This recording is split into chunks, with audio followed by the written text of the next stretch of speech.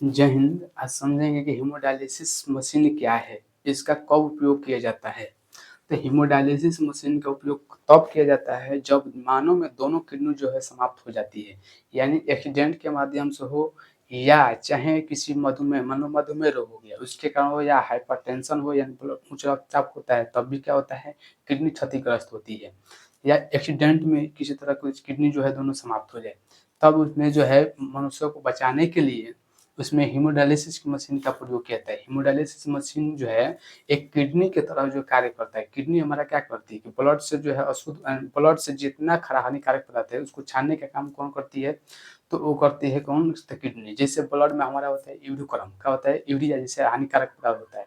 Urea जो है बाद में बदलता है यूरोकुलम में बदलता है। जैसे मूत्रा क्वेश्चन पूछ लेगा कि मूत्रा का रंग पीला होता है किसके कारण, तो होता है यूरोक्रोम के कारण।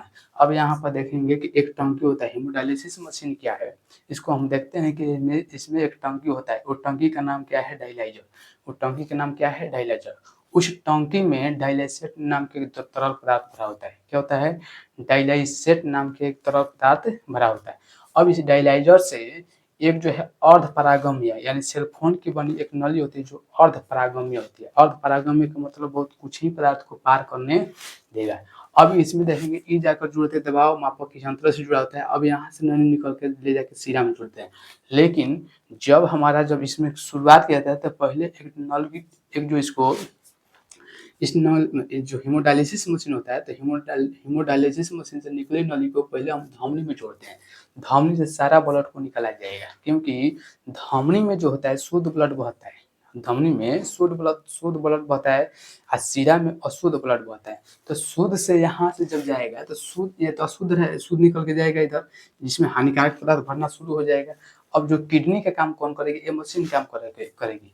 अब ये मशीन से जैसे जाएगा तो सारा ब्लड को निकाल के 0 डिग्री सेल्सियस तापमान तक, कितना तक, 0 डिग्री सेल्सियस तापमान तक इसको ठंडा किया जाएगा। लेकिन प्रतिस्पंदन के माध्यम से उसे द्रव और तरल अवस्था में ही रखना है, क्योंकि 0 डिग्री सेल्सियस पर कोई भी पदार्थ जो है यानी द्रव हो चाहे ब्लड हो, ये जमना शुरू हो जाएगा। तो ब्लड को जमने नहीं देना है, क्योंकि प्रतिस्पंदन के माध्यम से इसको तरल अवस्था में ही रखना है। अब ये जो है प्रतिस्पंदन संयोजन जोड़ाते हैं, इस ठंडा रखने के माध्यम करते हैं। फिर इसको दबाव मापी से यहाँ से प्रेशर के साथ फिर डायलाइजर में भेज दिए जाते हैं। ब्लड को यहाँ से पंप के साथ यानी डायलाइजर मशीन में भेज देते हैं। अब डायलाइजर मशीन में क्या होता है, डायलाइसेट जो है द्रव पदार्थ होता है।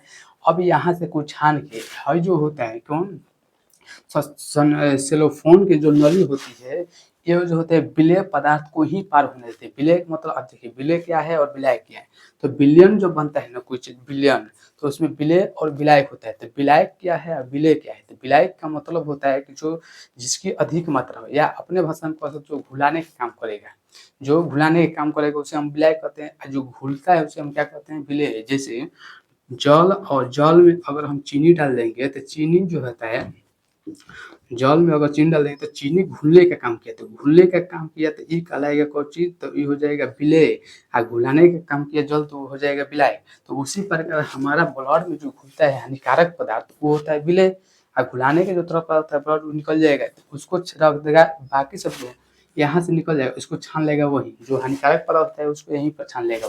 बाकी शुद्ध ब्लड को यहाँ पे जो बचा हुआ है ब्लड चल जाएगा, इस माप फिर चल जाएगा सीरा में। दबाव मापक यंत्र से प्रेशर के साथ भेज दिया जाएगा सीरा में। अब ये सीरा जो है लेकर चला जाएगा कहाँ, हार्ट में। हार्ट जो होता है, हार्ट क्या कहता है, हार्ट में फेफड़ा जो है, फेफड़ा से ऑक्सीजन आता है मिलकर, तो ऑक्सीजन वहाँ पर शुद्ध होता है। फिर शुद्ध होकर चला जाएगा कहाँ, धमनी में। धमनी के माध्यम से पूरे शरीर में फैल जाता है।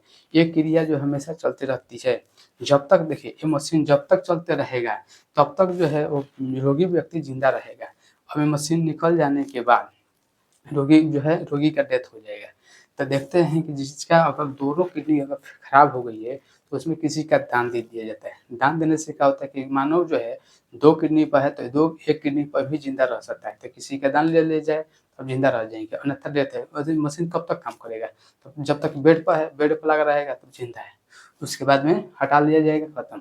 इसलिए दान दान दे जो दे देते हैं उसका जो है